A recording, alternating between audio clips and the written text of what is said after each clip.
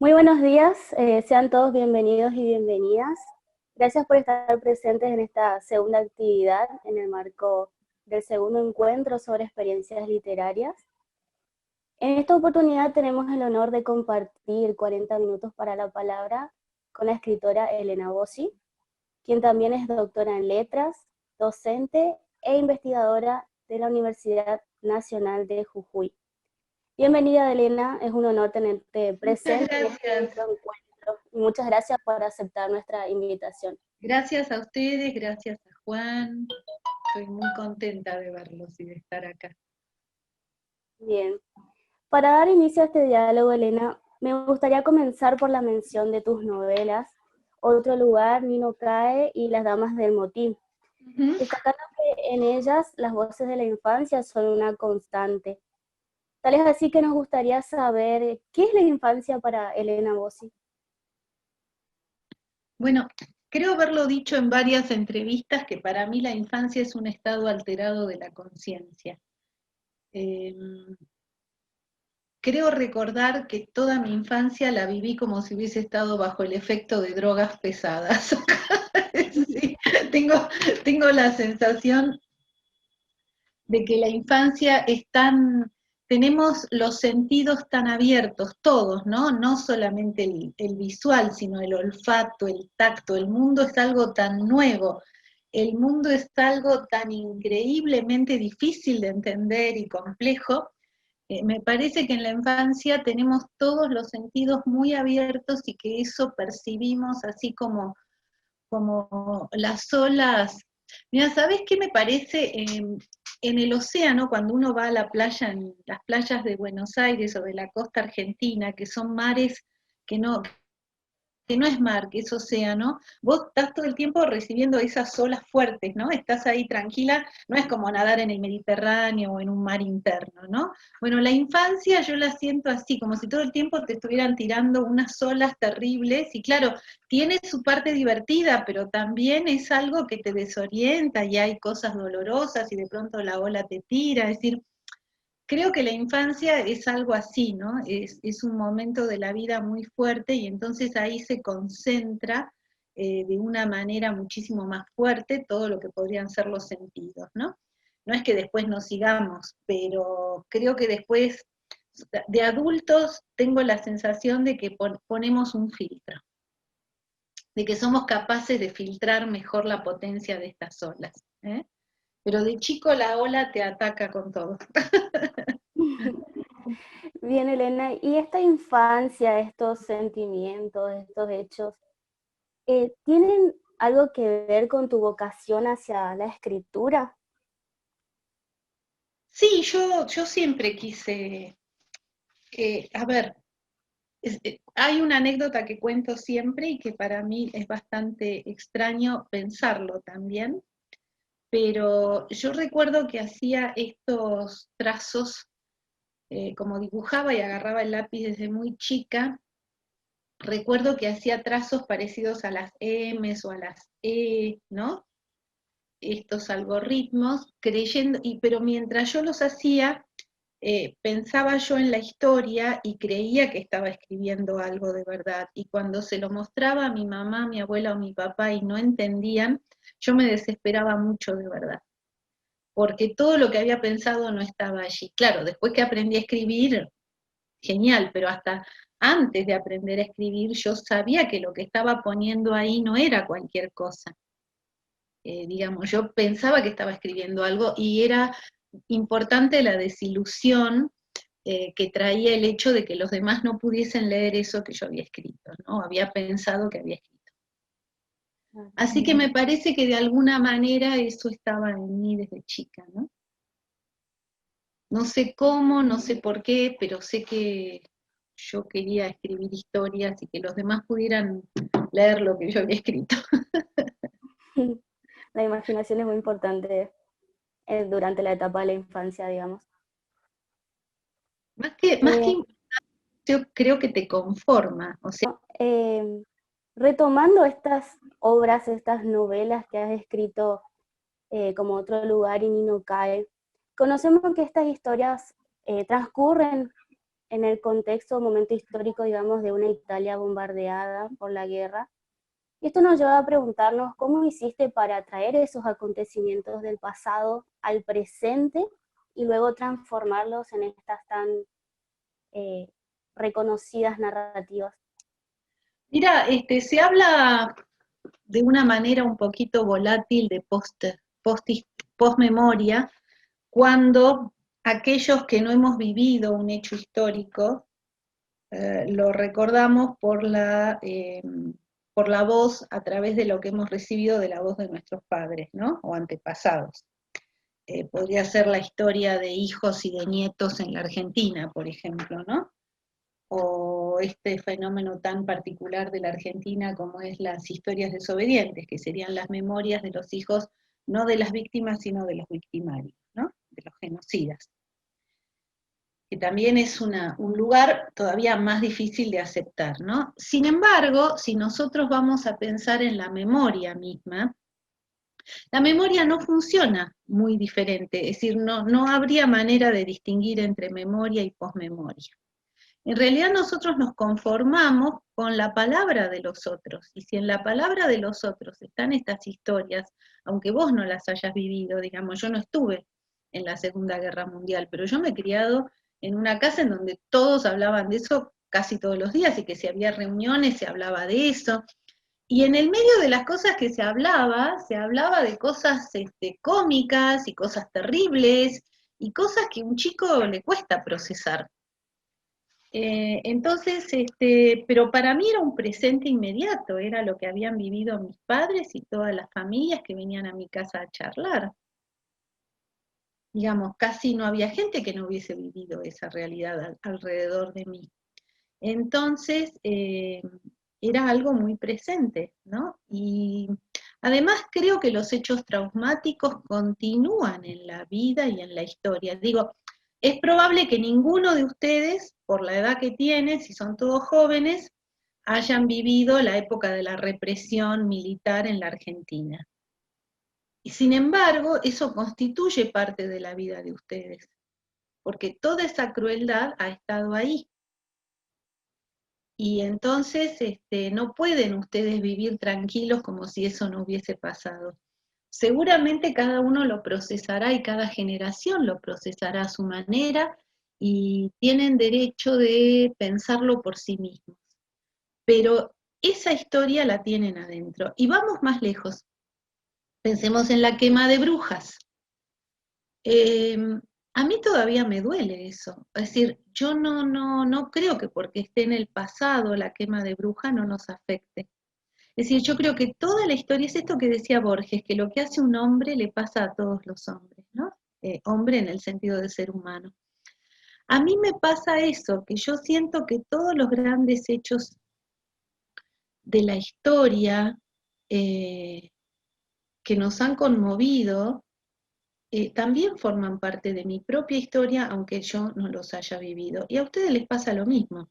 Digo, no importa que vivamos en una provincia pequeña de la Argentina que no estaba en Europa, en la guerra, no importa. ¿Ustedes creen que no los ha afectado aún hoy, a ustedes lejos, la guerra? Saber que, aún te digo más, saber que, por ejemplo, no sé, en lo que hoy conocemos como México, había 25 millones de habitantes y que después de la llegada de los españoles se redujeron a 2 millones, un genocidio de ese tamaño. Y no me refiero solamente a las muertes por asesinato, ¿no? También por las pestes que se trajeron y para las cuales los habitantes no tenían defensa. ¿No tiene para nosotras una influencia terrible esa muerte, el terreno en el que pisamos? Ha habido matanzas, ha habido crueldad, ha habido víctimas y sigue habiéndolas. Entonces, esa historia no puede no afectarnos por más lejos que esté. Forma parte de nuestro presente. Yo no estoy muy segura de que el pasado sea solo pasado.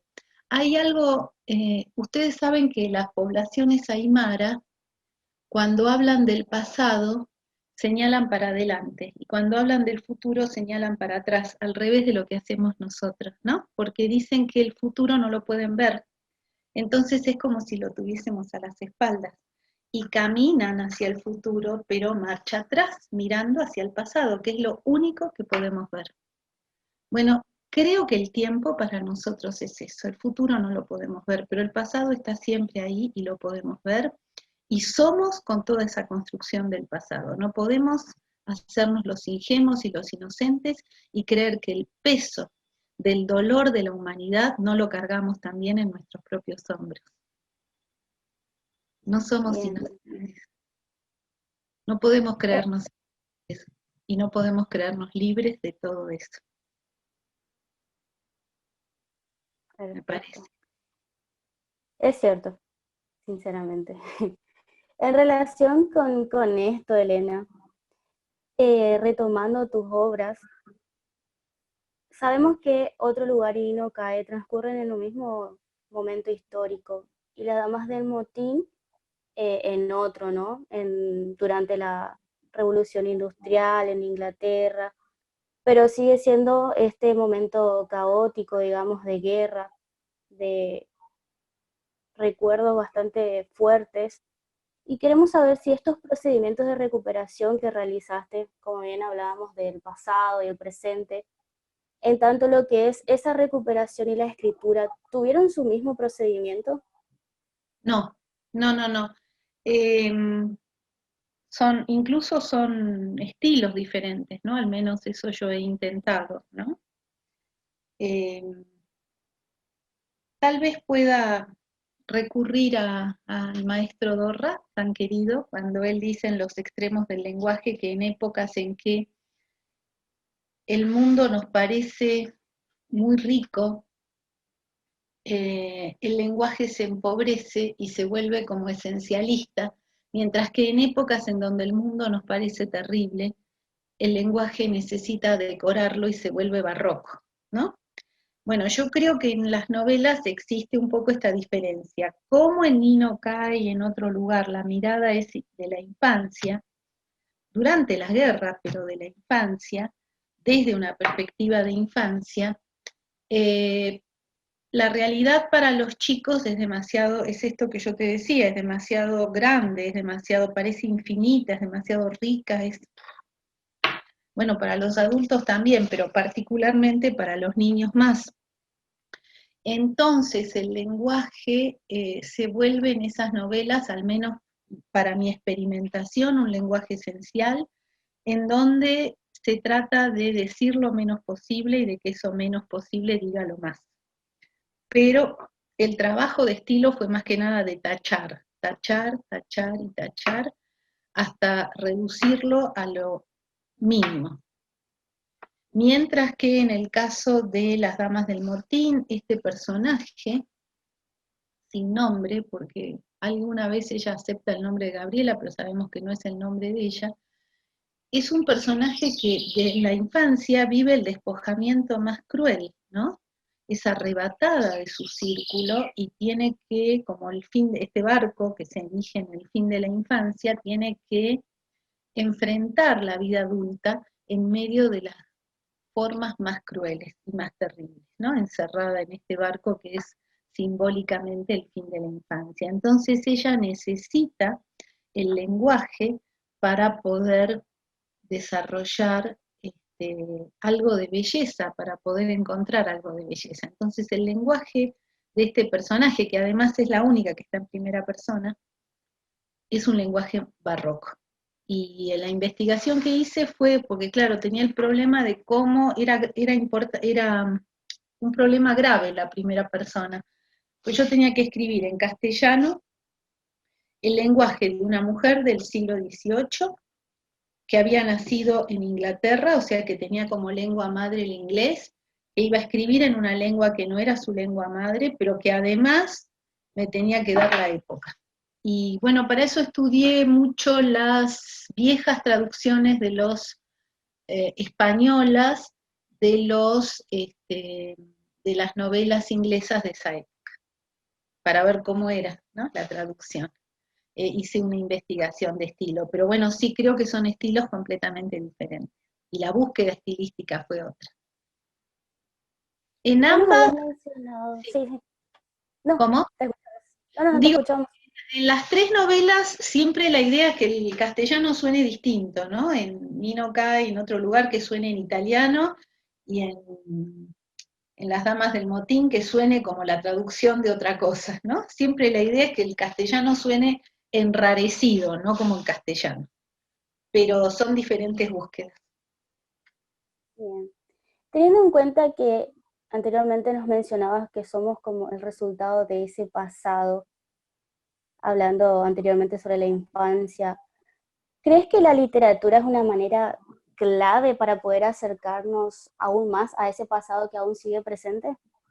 Sí, sí, sí, bueno, primero, no digo que seamos el resultado de eso, ¿no? Porque eso sería un poco, a ver, sería un poquito, sería pensar de una manera un poco simplista y tal vez un poco positivista, ¿no? De que somos el resultado de una sumatoria de cosas. No digo que seamos el resultado, digo que lo llevamos puesto, además de un montón de otras cosas.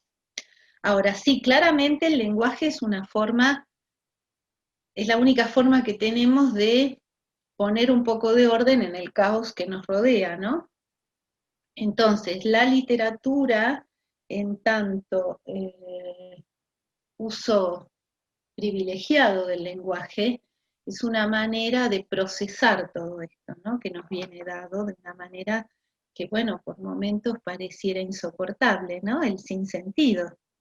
Entonces, creo que sí, que la literatura es una de las formas de soportar el sinsentido, ¿no? Frente a tanta cosa y tanta organización, ¿no? Esto que podemos, la única manera de organizar el mundo que tenemos es a través del lenguaje, ¿no? Si no el caos nos absorbería y nos volvería locos. Bien, Elena, antes de continuar con este diálogo, nos gustaría saber si nos puedes leer un fragmento elegido a tu gusto de alguna de tus novelas que tengas Ok, más. a ver. Ah,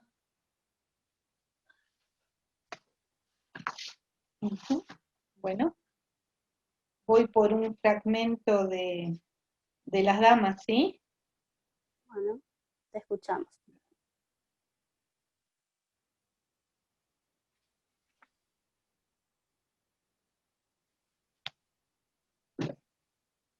Éramos más de 60 convictas, de todas las edades y apariencias, en una hilera desgranada frente a un suntuoso edificio de doble escalinata en el puerto de Falmouth. Los grilletes aprisionaban nuestros pies y manos, obligándonos a caminar con dificultad como corderos, sin ofrecer resistencia. Había un grupo de condenadas andrajosas que provenía de los pontones. Allí las presas estaban hacinadas, privadas de luz y aire, con el agua rechinando alrededor en los puentes interiores de aquellos buques estropeados que flotaban a pocas leguas de la costa. Cada tanto intercambiábamos unas pocas palabras, en especial con aquellas que llevaban niños llorosos en brazos, pero la desconfianza y el miedo eran excesivos para concentrarnos en lo que decíamos. Nos movíamos encandiladas como animales perseguidos que acaban de ser arrancados de sus madrigueras. Después de días sin ver el sol, la luz me enceguecía tanto que era difícil distinguir entre la realidad y lo que imaginaba. Me resistía a aceptar que mi destino acabara lejos de mis padres, olvidada en vaya a saber qué lugar inhóspito, en medio de desconocidos para quienes yo no era nadie. Mi vida terminaba y no lo entendía. Estaba llena de expectativas que, a pesar del llanto y los quejidos de mis compañeras, me impulsaban a aguardar el momento milagroso en el cual nos rescataría. Laten en mí aquellas imágenes, con la misma nitidez que de entonces, y duelen con la misma intensidad a pesar del tiempo y de la niebla, de esta niebla que compartimos, el Río de la Plata y yo. Qué lindo, muchas gracias, Elena. Gracias a ustedes. Ahora en relación a la lectura y la literatura, nos gustaría conocer más ese lado docente de Elena Bossi. Sabemos que ejerciste la docencia universitaria y también en el nivel medio, ¿es así? Sí, en realidad trabajé en todos los niveles. Trabajé en primaria cuando era chica, trabajé en secundaria, trabajé en terciarios, trabajé en la universidad y trabajé también en escuelas para adultos. He cubierto todos los, bueno, la Completo. docencia me pareció, había que hacer algún trabajo, digamos. Yo siempre supe que uno no puede vivir de la literatura, de escribir libros. Y algún trabajo había que hacer. Así que bueno, siempre me pareció que el trabajo docente era un trabajo digno para mantenerme y estaba bien, digamos, que era. Podría haber sido cualquier otro, pero estaba bien la docencia. Me divertí ¿Y, mucho y me sigo y divirtiendo. qué experiencias podés retomar de todo eso, de ese trabajo docente en todos estos niveles que mencionas? Bueno, sí, yo creo que si hay algo que aprendí es que es mentira que se puede enseñar y que uno se aliviaría mucho si lo supiera y trabajaría más relajado si lo supiera de entrada cuando es joven. O sea, si vos entras al aula sabiendo que no podés enseñar, todo cambia. Te relajas y decís, bueno, a ver qué hacemos. Y pareciera que, claro, y parece que lo mejor que podés hacer es contagiar el entusiasmo. Si vos estás entusiasmada por algo, entra al aula y contá tu entusiasmo, transmití tu entusiasmo, con las herramientas que tengas, con un libro, con un cuento, bailá, cantá, no sé, hacé lo que puedas. Pero contagia el entusiasmo con algo que te entusiasme de verdad. Si no te entusiasma, ni siquiera te molestes en dar ese contenido, porque seguro que eso va a pasar por una oreja y va a salir por la otra. De verdad creo que nadie aprende salvo que haya una coincidencia muy grande entre lo que vos estás tratando de contarles a los chicos o a las chicas y lo que ellos quieren escuchar justo en ese momento, ¿no? Entonces, relájense, pásenlo bien, siéntense a escuchar lo que tienen esos chicos para decir, esas chicas para decir, eh, y bueno, en algún momento va a ocurrir ese encuentro, ¿no? Pero no enseñamos nada en realidad, contagiamos un poco las ganas, el entusiasmo. Me ha pasado, no sé, gente que, por ejemplo, qué sé yo me mataba, yo quería que leyeran, que les gustara leer, porque me daba cuenta que eso les abría un mundo y no los dejaba tan encerrados, ¿no? En esas vidas, en las vidas que llevamos, ¿no? Entonces, me mataba por hacer que leyeran. Y por supuesto, leían los que tenían ganas y los que no fingían. Y te encontraban el argumento por ahí, te contaban alguna cosa, te inventaban algo. Pero claro, como vivo en un lugar chico, con los años me he cruzado con exalumnas y exalumnos, y más de uno me dice, vos sabés que cuando vos me diste el libro ese yo no lo leí y me leí el resumen en Google y después te lo dije, pero eran mentiras que yo lo había leído, pero el año pasado leí ese libro y me encantó. Claro, ¿cómo sabés vos cuando vas a evaluar qué efecto produce tu clase de acá a 20 años, me entendés? Hoy estamos hablando acá y por ahí no pasa nada y nada de lo que estamos charlando les resulta interesante, pero a lo mejor cayó una gota y 20 años, y dentro de 20 años alguien dice, che, mirá si yo con esto podría, ¿no? Y te pasa eso. Y la educación, nosotros por desgracia, por estas convenciones absurdas, tenemos que poner la nota y tenemos que evaluar en un plazo muy pequeño, cuando en realidad los efectos de una reunión eh, de esta índole se percibe a lo mejor a través de muchos años. Por eso, relájense y pásenlo bien. Es lo único que les puedo decir. Muchas gracias, Elena. No, nos sirve muchísimo en estos momentos, siendo que estamos ya ya Sí, sí, a sí. un paso, No pienses, digamos, a ser olvídate futuros. del currículum, de terminar un programa.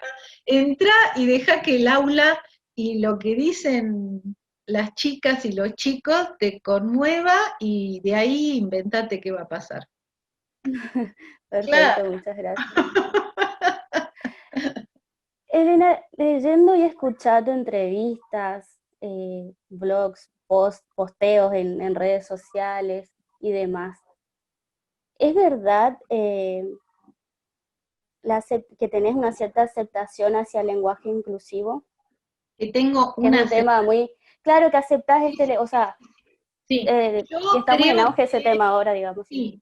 Yo ya he dicho en varias entrevistas que no sé cuál es la solución que va a tener esto, si va a ser la E, si va a ser una X, si va a ser otra cosa, pero sí creo que el lenguaje tiene que modificarse porque ya no nos alcanza, porque me siento incómoda, porque hay algo ahí que no puedo expresar y que cuando lo expreso con las herramientas que tengo, eh, sale mal. Entonces, eso es lo que modifica cualquier lengua. Cuando a los hablantes no nos alcanza, es porque hay que modificar. Y entonces va a venir la modificación. Yo no sé si va a ser la E, si va a ser otra la solución. Creo que va a venir de un acto creativo, pero de un acto creativo que nos convenza a todos, ¿no? Pero no sé cómo va a ser ni por dónde. Yo estoy de acuerdo y trato de usarlo y voy experimentando. A veces uso solo el femenino, a veces uso la E. Voy haciendo distintas cosas en las reuniones y voy experimentando. Si me sale bien una, les aviso, prometo.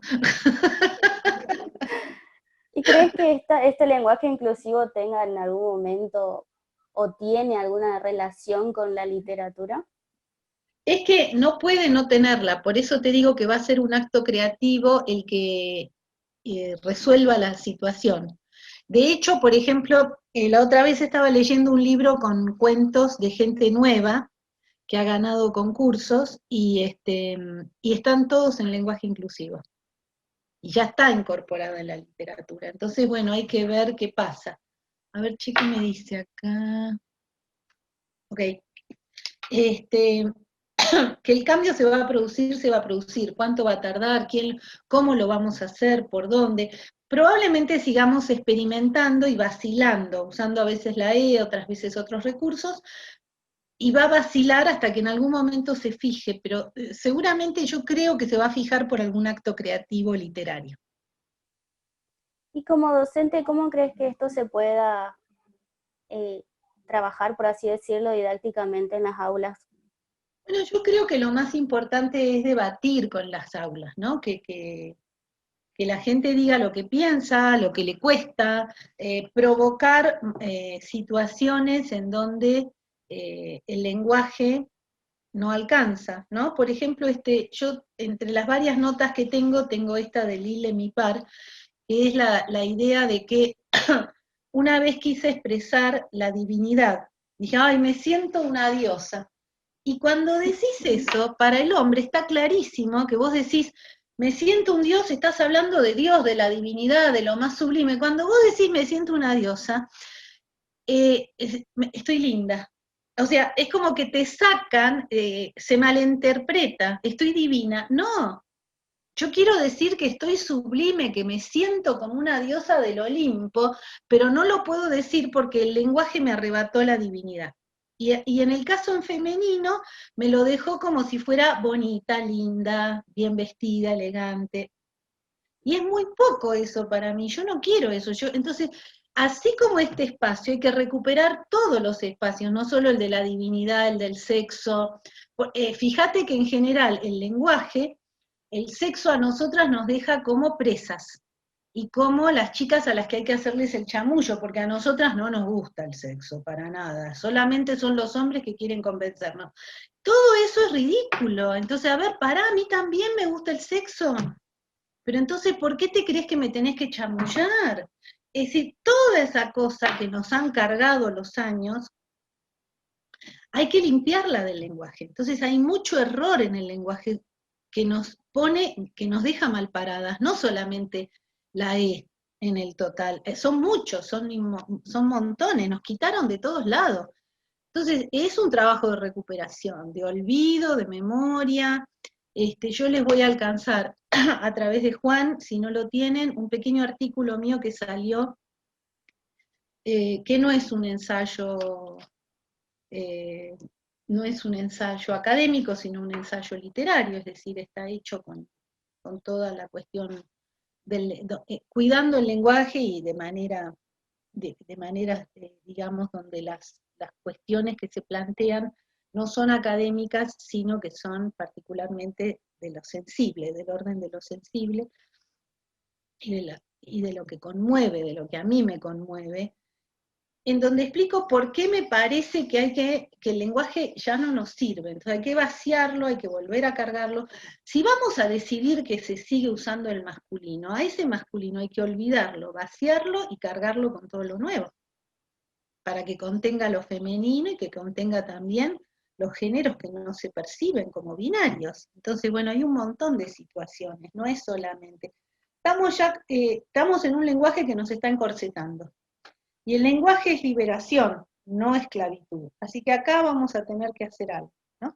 Claramente el lenguaje también nos esclaviza, tiene parámetros y la gramática es nuestro Dios, digamos, ahí tenemos ahí un lugar de donde no nos podemos salir. Pero con el tiempo esos corsets y esas gramáticas se modifican, o sea, el lenguaje tiene el doble juego, por un lado nos ata y nos aprisiona y por otro lado nos libera.